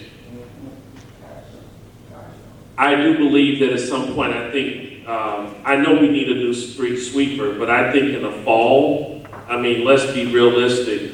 Most of the residents are still pushing the leaves in the street. Can't stop them, but that could be a service that the city, the same way we do our tree branch pickup every Monday, if we could invest in something like that. So, you know, this is somewhat off the subject of the street sweeper, but if we can also, Ms. Scott, take a look at one of those leaf collectors, because the main reason why we keep purchasing the street sweepers because everybody keep pushing the leaves into the streets. Right. We can just take that and you know, I mean, let's be realistic that we can, even if it has to be used, but I mean, make an improvement for Department of Public Works to, you know, kind of battle the problem. If you've been watching it for 20 years, you know, I don't have any trees. Well, I don't have a tree in front of my house, but the trees that were there, some trees that were not infested with that bug. I mean, I think in more of the older part of town, that street sweeper keeps getting jammed and it's right back at your shop, you know, to be repaired. And that's just something that I've noticed over the past 6 years, that it's a never ending. They blow it right into the streets. And if we had that leaf collector, I think that would be a good service to the residents of University Park. That's all I have. Okay, so I have one more question. So it's only 2 vendors for what region or what area? From all the way up north of Chicago to all the way down south. How about Indiana? I haven't looked down in Indiana. I can check out that way for you. It's always good to have more than one. I can't start briefly, but you know, it's got to be more than 2 vendors for our region. Right. So this is a used one that someone's holding for us? It's on their lot. They were working on it. I told them that we were having a board meeting for discussion tonight. I'd be able to let them know, you know, if the board was interested, you know, if there was anything else you wanted to work with. The question that I have is, what Trustee Brooks was bringing up about the leaf blower, is there a sweeper that has both? Is it a combo? No, not for Well, I know I'm not for the price, but if the street sweeper is going to be $100,000, and this is going to be $135, and that's $250, which you just stated is pretty much the cost of a new sweeper. So if they have a combo, then that might be something that will take care of both of them. But also, I was looking up the street sweepers. That there was somebody I know they have out there where it's the more energy efficient one that they have someone another community is using and they purchase. Is that something that we looked into? I know it costs more, but could that be a part of our like a grant manager, Scott, where you get a grant for the energy efficient equipment that we're using here in the village? I haven't seen any grants for that, But I will, if I do run across it, but I haven't seen a grant for that type of equipment yet. Okay. Because I know there's a lot of stuff out there for this whole energy efficient EV cars and everything. So if that's something that we can get and get a grant funding for it, that might take care of when we get an actual new one and it's helping our environment. Long warranty also. And that was the other thing, 90 days is a short warranty. I don't know, but see, that's the thing, if it was saying that it continues to needs to be worked on all the time, continuously, 90 days is not really a long time if something happens. So in the meantime, what do we do for our streets? I don't know if we want to. Can I just, I know it's not gonna sound right, but if you sweep them out to the street, why not go ahead on and put them in a bag? Well, you know, that sounds the most We have so many children. Yeah, that's not even, because even the landscaping, a lot of the entities and the residents use. They blow all their stuff around. If you're not there, then you can't see that. And next thing you know, all of our drains are blocked with a whole lot of stuff. So, yes, if we see it, we can say something, but we're not gonna be around to see it all the time. Mayor, can we ask maybe the EPA, environment, government agencies do donate? And could we reach out to them and see if EPA? We can reach out to anyone, but we need to reach out to expedited matters because it's a They necessity. donate, they do donate. So what's the pleasure with this board? Check on more than one vendor. So are we going to move this forward with the exception of searching for more vendors? How do we want to do this? It's just a discussion thing, but we don't know how long. So what direction would you give the manager or Mr. Stacy moving My forward? suggestion would be to find more than one vendor, and like Trustee Vulture said, you know, sometimes if I just refurbish one with a 90-day warranty, my refrigerator had a 1-year warranty. It went out in the second year. You know how mad I was? So sometimes it's better, it might be more cost efficient to just buy the road and buy a new one with a longer warranty, and it can have all the things you want. Are there opportunities for extended warranties on there? They do have like service warranties where they come out, they'll warranty the parts on it, but not the labor charge. So we get parts separated down. Yeah, like a maintenance program and all that, and then they would be able to catch it right away before it breaks. Still would like to be more than one vendor. Yeah, so with the street sweeper, we're just gonna make the motion to table this. We don't even have to table this, this is not going forward, it's just discussion. So at the regular action meeting on the 4th Tuesday of the month, you guys expect to have the quotes and the estimates back by then? Yes, and then let me say this, I did also make calls to the county, and Those are the two that they recommended, E&J, Standard. They also said that they will lease equipment, but we're not on that level. It's really expensive to lease, but the county has a lot more money. And specifically, Cook County said that they lease some of their equipment, as well as they get some of their equipment from Standard, because we were having a hard time trying to find other vendors. And I did speak to another village manager. They do use Standard as well. I use Standard in another community we were in. It's just hard to find this type of equipment. It's even harder to find it used. So, but we will check around and see if we can get some more quotes. We just saw I have a question. right now for $119,000 St. Louis, Missouri. Yeah, but you gotta be careful, because sometimes it's not, you're not getting what you think you're getting. And we may end up with a real level. That's scary cheap, If there's such but I'll look a into thing it. as a company that can come out and do the street for us, and we pay them. That's what Matt was saying. There's some municipalities that hire independent people, like Elgin. Elgin does that. And we just hire somebody as an independent contractor, and they'll come out and do our streets on whatever schedule it is. We won't have to worry about any expenses, but out with those people. Then can we get a quote on how much they charge? Get a quote. Quote. Because we all want clean streets, we all live. Because street sweeping is usually between what time period? Right. Definitely in the fall. That's right. It's like a 4-mile street. Fall, spring.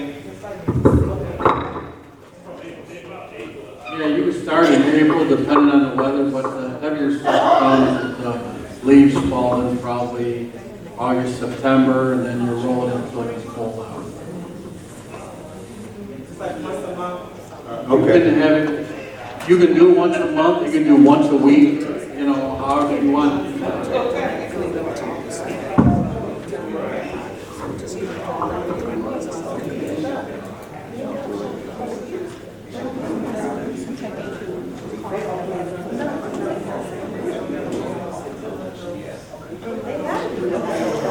Okay, the next item 5.1D is a discussion resolution. This is to discuss a resolution for 2023 CDBG Capital Improvement Demolition and Economic Development Project application for Fire Station Number 2 road paving. Questions, comments? Manager?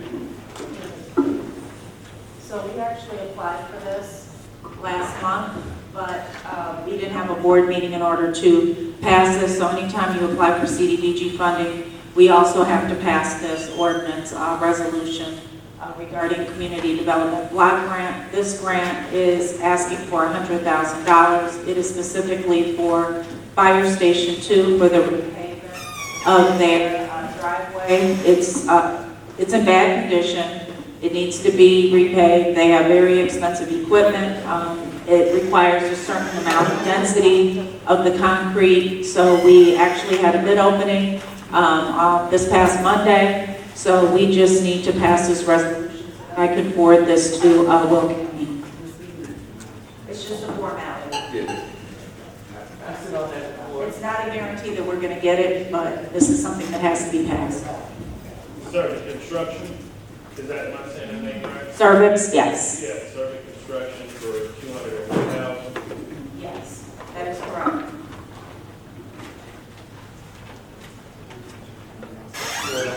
So, Manager Scott, what part are we have to that? The remaining amount from the bid, so it would be approximately $100,000 that we would have to cover. And this is specifically just for the driveway. Can it, the CDG, be reached out for something else? No, it cannot. So we can apply for something else, but we chose to apply for Fire Station 2 because it's really important that we get this done for emergency response. Okay, so, any other questions regarding that? Should we move this one forward to the agenda? James? So moved. Dreamer? Brooks? Tom, Joe? Yep. All right. Yes. All right. All right, so we'll move that forward for the action item agenda for the CBDG grant. And item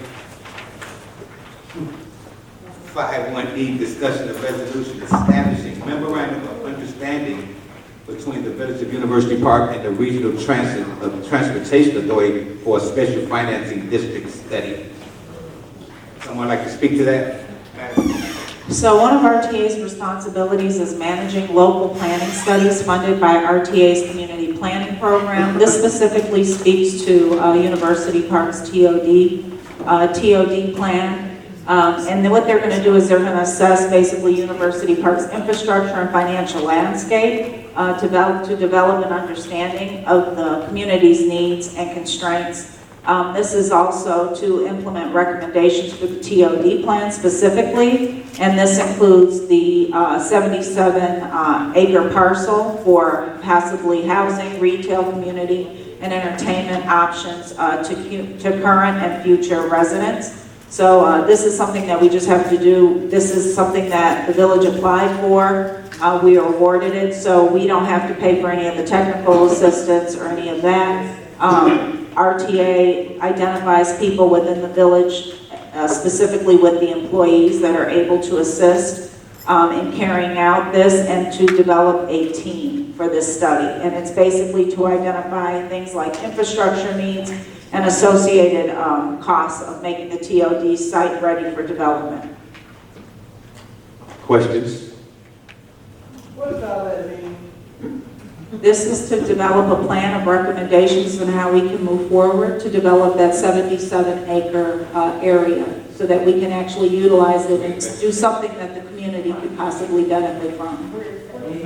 The Metro lot, so Is that area? it's the area specifically from, can you hear me? It's the area specific for the Metro lot, going from Metro lot west going On to, the area just adjacent, just west of the golf course. so All of that open land. land, that is what we're looking to develop. Wasn't this, didn't we conduct the study on this and we got to participate online? Is that? Yes, and there's many layers to this, and this is just a continuation. Okay. And we're also eventually going to develop a committee, we're going to develop a committee of people that will be able to provide some suggestions and input as we move along. Okay, those committee of people, how you gonna go about taking action? We will establish that and we'll allow people that are interested to sit on the committee. And we're We'll work with the RTA to establish that. It's comprehensive plan? Yes, Yes, we did that years ago. We're supposed to do it every 7 years. Now. yeah. Every 7 to 10, yes, Right. that's correct. Stop doing that. Okay, I want to be It interested. seems like we keep doing the study, but we're not doing anything after the study. The We're study. just studying to study to study.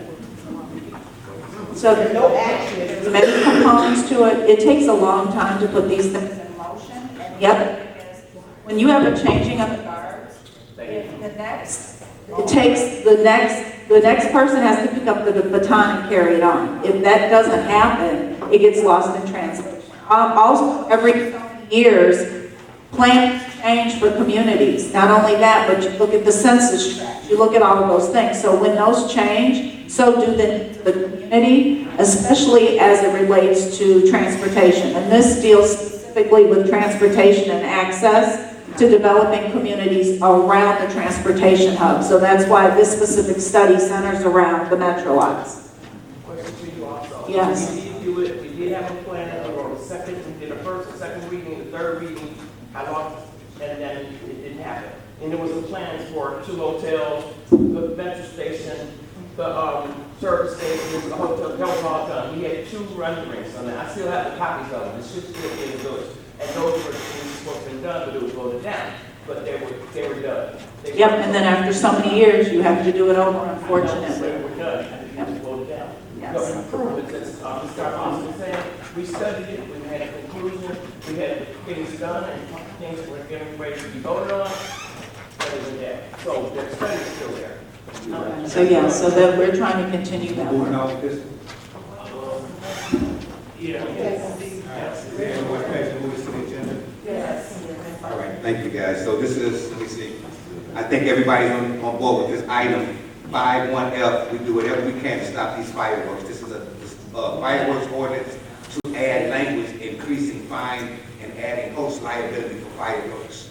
Open discussion. Chief, anything? Shelley, else anything regarding fireworks? I see it with this 2-part that's being added. If you want to read it too, so everybody knows what you can do. What do you want to go, trustee? Go ahead first. So this was brought up, I'm good, I got a loud voice. So this was brought up to address the issues with fireworks. Fireworks are an annoyance to the community. They're also dangerous. They're illegal in Illinois, but we want to make sure that we had teeth in the ordinance. One issue is, and as we all see it all the time, kids get out there, or a person gets out there, fire fireworks, and they run in the house because they know we're coming. We get there, don't nobody know who it is that set it off and everything. So we added language to deal with the host. We know it's your house, we can prove that. And you let your kids or your guests or whatever hit the fireworks, then we're gonna write you the ticket. Also, we're upping the fine to $750 because $50 is just not enough. $750 gets people's attention. Yeah. I know I don't have $750 just to spend on some fireworks. I'm assuming everybody else doesn't have either.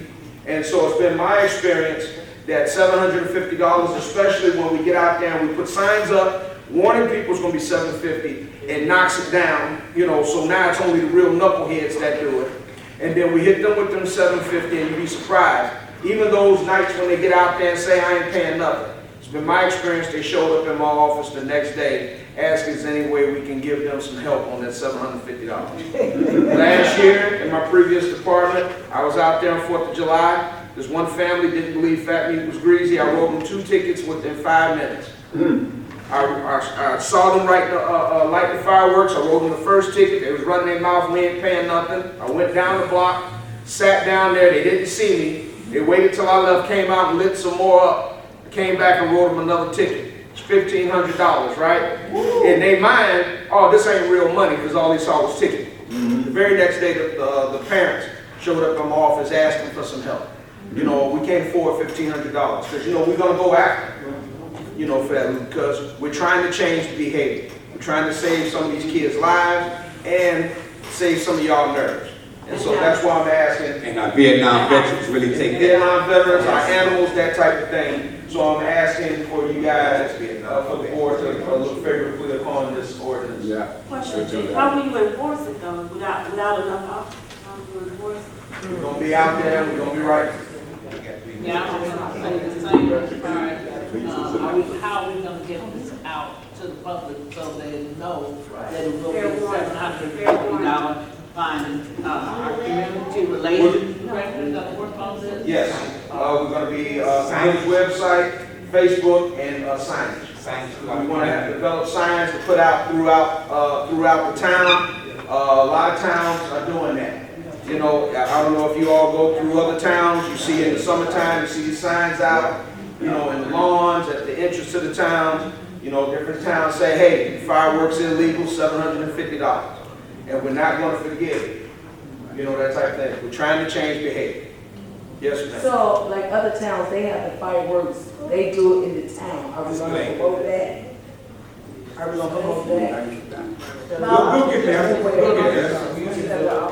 We're talking about fireworks. Yeah, the fireworks shows like all the other towns. But you know, yeah, in them towns, you still got your people that's gonna do what they gonna do. Right, but that's good for fine, but that's not. They'll stop. Yeah, we want to just change behavior. Right. You know, I'm sure in University Park, just like in other towns, sounds like Beirut.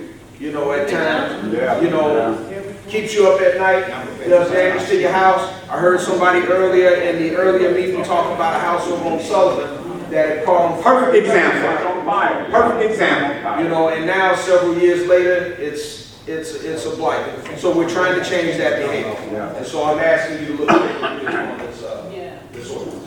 Thank you. So, What about you good gunshot? with that?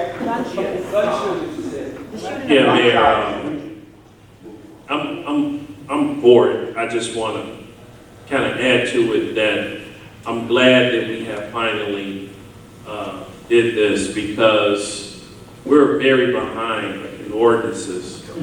And yeah, right, Flintstones. One problem, but one thing that I would love to see, like Chief said, on that side of I-80, they have ordinances called parental responsibility. Yeah. So I would like that added, since we're on this, that be one, you know, that would be our next one to add for the police department, because I'm quite sure that they done had many instances where the they, you know, you can't tell mama nothing. My kid does nothing wrong, but yet it's 12:30 at night and you're bringing them home. So if we can add that on there, because if I'm not mistaken, Chief, they have no. When I was in the hills, that was a $750 ticket as well. If the child is delinquent, not once, not twice, yeah, but I think twice. Like if you have knowledge of it.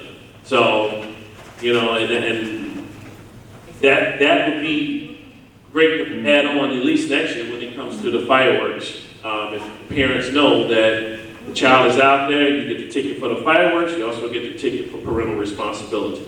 Get some community service too. Yep, because that's where we're rolling into. So I'm all for it, and I'm glad. So Chief, one more question. So is it gonna be levels, like if I have a sparkler? Am I gonna get a ticket? If I pop my little, firecracker. No one's gonna say power. But is it gonna be like the big, like almost professional? So we have. So you gotta make sure that's clear too. So we have definitions for the fireworks, and the definitions match the state statute. Okay, sparklers are fine. The little snakes, those are fine. But unfortunately, firecrackers and anything else after that, cherry bombs, M80s, all that stuff is illegal. Mortars, bottle rockets, that's all illegal. Can't have it, and it does damage. Things happen. And you know, like I said, we're saving somebody's life, we're saving hands. We see in the newspaper every year about some kid or some person that blew their hands off. And I'm pretty sure that that parent or that loved one wished they had just not bought those fireworks. And so I understand that sometimes they're fun, you know, maybe for that person lighting them up, but not necessarily for that neighbor. Not for that neighbor's animal. Not for that neighbor who, and we have a very robust veteran community here. Thank you. And we have to think about them also. And babies. And babies. And also just the simple fact is, Common courtesy. it's just common courtesy. You know, and it's not like they're going out and popping off a few and then going about their business. They're putting on their own shows, and they're getting bigger and bigger, and they're not cleaning up after themselves. They're leaving that mess all there, stuff coming down in your house, on your roof. I don't know about y'all, who wants to replace a roof? Nobody. So that's why this is important. I'm sorry for those people that like the fireworks, but this is for the greater show. I just want to make a correction. We do have parental responsibility. Yeah. So, Chief, was there a minimum on that? I didn't see the max. Was there a minimum on the fine, Chief Chelios? I know the max is it shouldn't exceed 2,500. Yeah.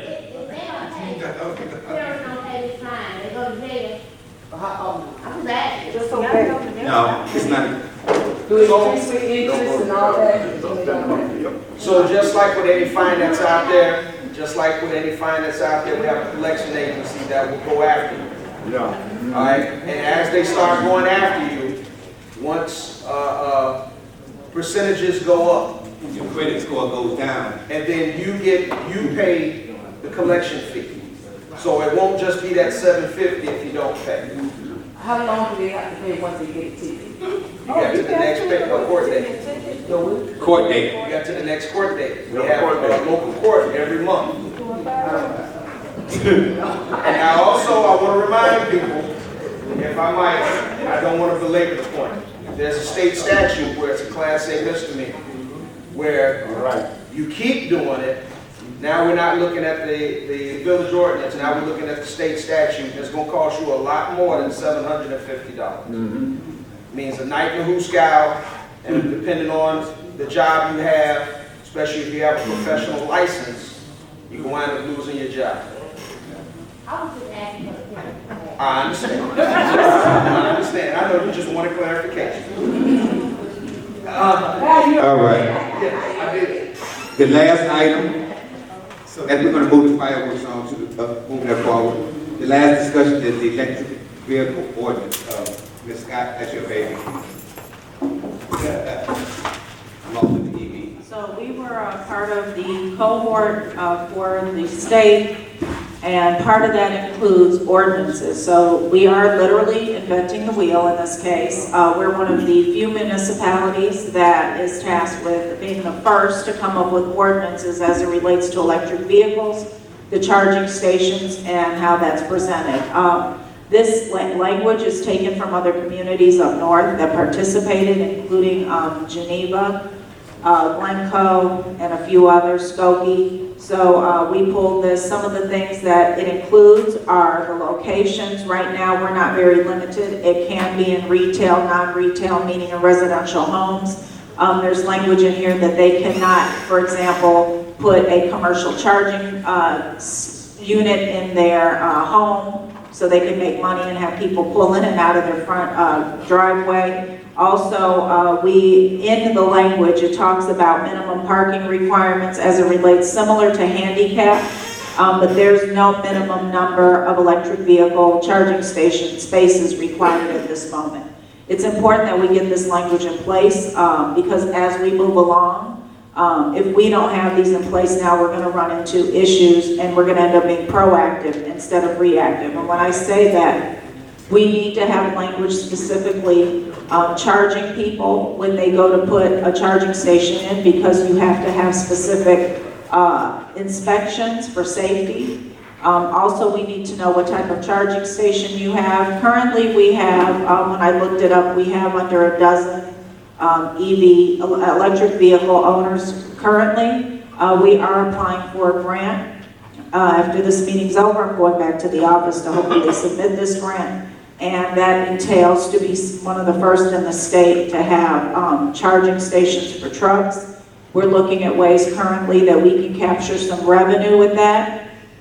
So this is basically dealing with, for example, the lighting, that there has to be lighting around the parking space for the charging stations. Also that non-electric vehicles cannot park there because people will use those parking spaces and park there. Also proper signage So these are some of the things. Also, it's not mandatory at this time, but it's highly suggested that all new infrastructure as it relates to housing, buildings, commercial development, that they have, that they are prefixed, so to speak, pre-wired to have electric vehicles. Currently in the state of California, it's mandatory. There's a shift that's occurring across the country. Mercedes is no longer going to be manufacturing gas cars, I think as of 2030. So, yeah, Nissan, so we need to get, be at the forefront of something. So this is one of the ways that we're trying to bring the village forward.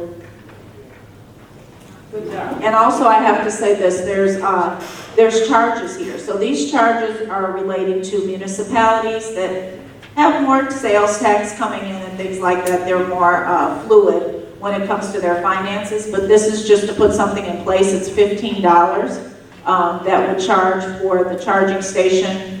We can have discussion further as we go along to generate revenue, to have fees, but I didn't want to start off at some high amount. We can see what other municipalities are going as we go along, but like I said, there's no other municipalities in the area right now that currently have all of these ordinances in place. So I wanted to get something in place. There's also nothing, as I know, related to cigarette machines, vending machines, and we need to look at that because for the newer electric vehicle charging stations, they have, like when you go to the gas station and they have those commercials that play, that is a way for us to capture revenue in the future. And although we're not there yet, I think that's something that we need to start thinking about for revenue for the future because it's coming.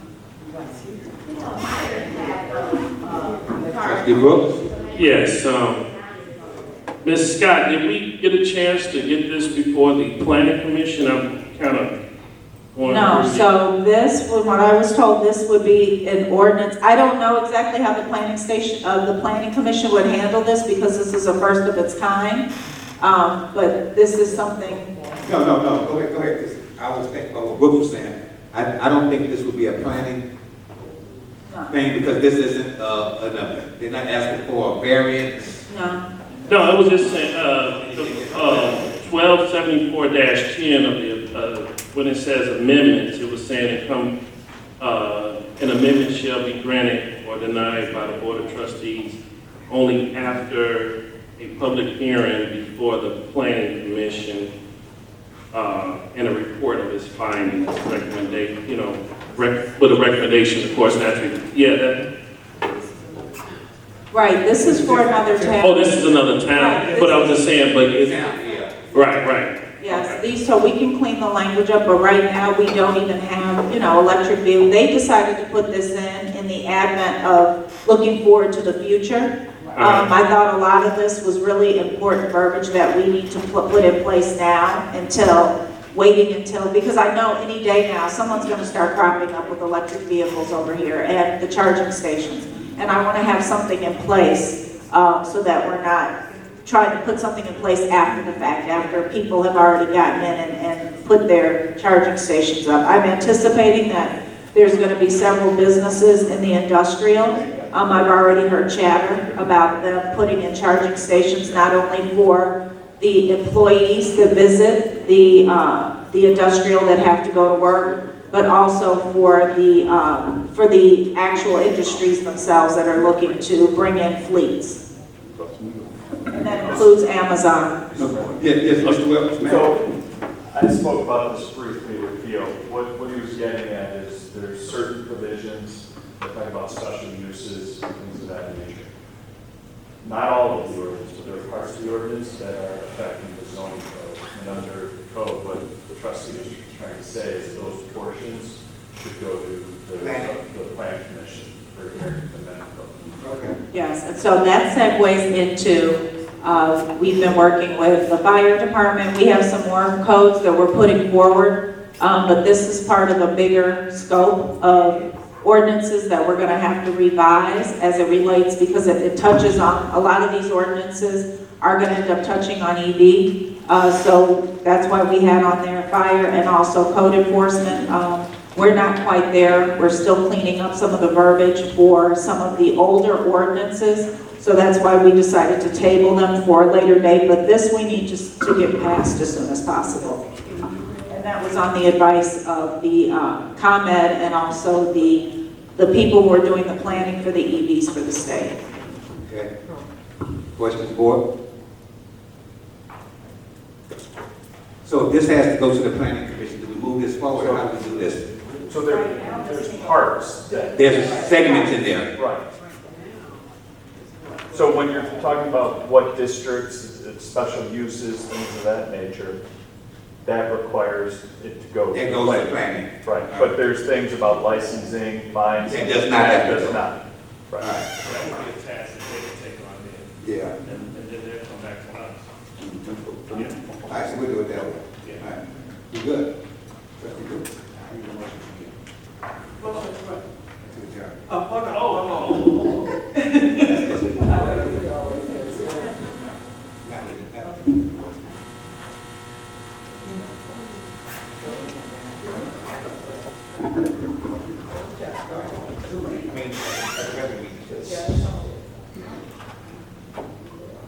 Okay, all right, okay. All right, so we're gonna ask for a motion Wait, to. hold on, Mars, Go to ahead. say something.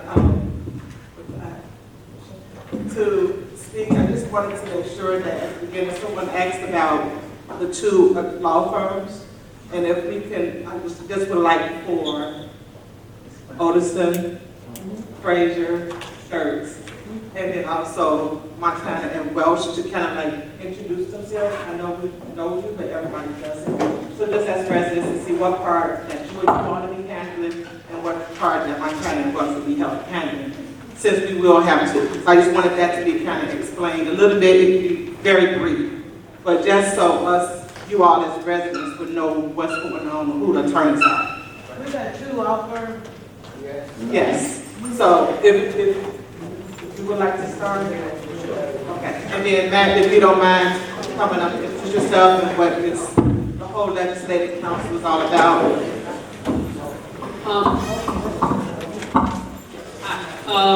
Felicia Frazier from Murphy Frazier with Grass. So as corporate, what you would consider as corporate, it's more just generally the day-to-day stuff that happens with the municipality, you know, if there are any lawsuits, and Matt can go on and explain his portion with the legislative council. But just so, it's just more of the general day-to-day, everyday tasks that the municipality has. And just so everyone knows, actually I've worked with Matt. Matt and I worked before years ago, and so I have no problem at all with Matt, and I think that has a problem with me. But Matt was able to go on and open his own practice then. So just so you know, we've always been very professional with one another. We know how to do that. And we don't have a problem with each other, so I don't see a problem with us working together. And then that can roll as legislative council. Sure, it's discussed at the special meeting, Matt Welch, Montana Welch. It was discussed at the special meeting a couple weeks ago. Legislative council, we're here to assist with your legislative responsibilities. Anything that you're asked to vote on as a body, setting policy, things of that nature. We're here to assist you in any way. All right? Hold on. Wait a minute. We didn't hear you. We didn't understand. I'll talk. But the reason why, I know from the last special meeting, that's what we was talking about, we wanted to bring in Montana and Welsh, because we was feeling that the board was not being properly assisted. Not to say it wasn't properly, it just wasn't the information that we would have liked to have. We just thought that there was some type of disconnect. So we just want to make sure that the board is really being looked at and is not in favor of anybody else. And that we're going to make sure that things that's going on the agenda is what the legislative council is making sure that it's being done and in the right order. And then our attorney, Odison, Frazier, they're handling a lot of the corporate attorney work, which comes down with the tips, which comes down with the negotiations. So they'll be helping with that. During that process, Both of them will be, of course, we're gonna monitor to make sure that we're not overspending in attorney fees, because that's important. Even with Attorney Welch, he's here only when we need him to be here. So there's things on the agenda that we have questions for, trustees in there, but that we have questions about, and we was like, you know what, we kind of need your assistance. Can you show up today for the board? So just like today, he asked, do you need me here? And I was like, yes, we need you here so you can introduce yourself, especially for the first one, but we might not need him to be in attendance every time. So, just don't pay him. Yeah. So I just wanted to make sure that the residents understand, yes, we do have two, but we are using them in different ways. Correct. And just so you understand, the statute does allow for legislators to have their own legislative council. Not every town has, like, corporate council and legislative council, but there are towns that do, and that's their right to be able to do so. And it's not like we will be doing the same work. We may have to connect with one another, consult with one another to make sure we're not duplicating work, but we really are doing two separate kind of areas, I guess, of work. We won't see us duplicating or doing the same thing.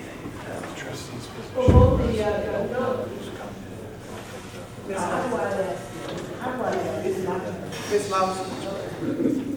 Okay, so just so that I understand, so this attorney is knowledgeable about the tips. They're both knowledgeable about both. Okay, but the situation that is going on with our tips, they know about it. They're in the process of getting information on those. Yes, we are. What is the reason that you, have that,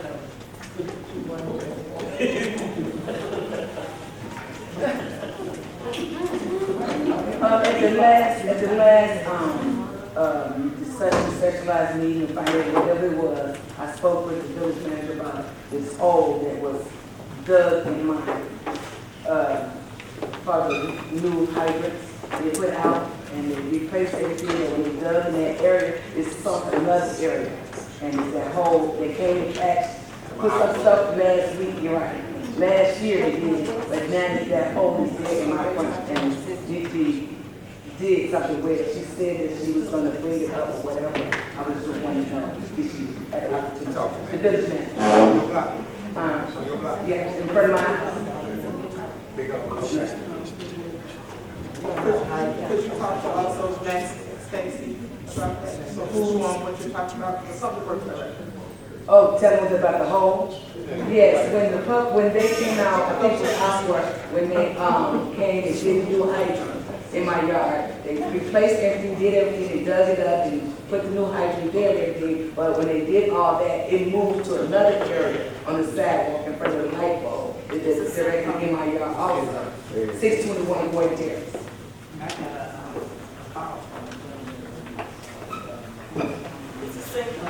It's a sink. I can let my dog go out by herself because she be down in that hole.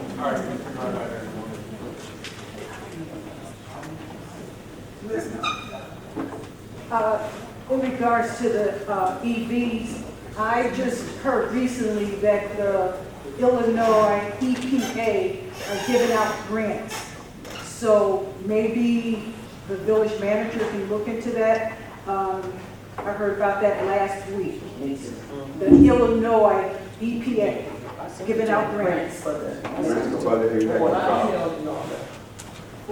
which? I'm sorry. So that's the grant I have to apply for, and I have to leave, because I'm going to apply. It's almost $1 million for the village. And when I leave here, I have to go back to the office, because it has to be submitted before midnight. I was working on it all day, that's why I'm a little thrown off, and I ran over here, because I was having issues submitting it on the grants.gov. So as soon as, when this meeting's over, I'm running back over there. Yeah. We're begging for money, but got two lawyers. Can we have two things? Can I have a motion to adjourn? No, a motion to go into executive session. For the purpose For the of purpose of litigation. litigation. Second for, yeah, so move, so Roll call, that's, Madam yeah. Clerk. Roll call.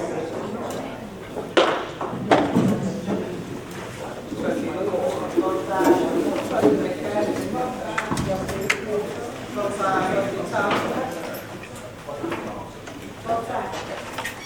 Trustee Williams. Trustee Williams. Both sides. I concur.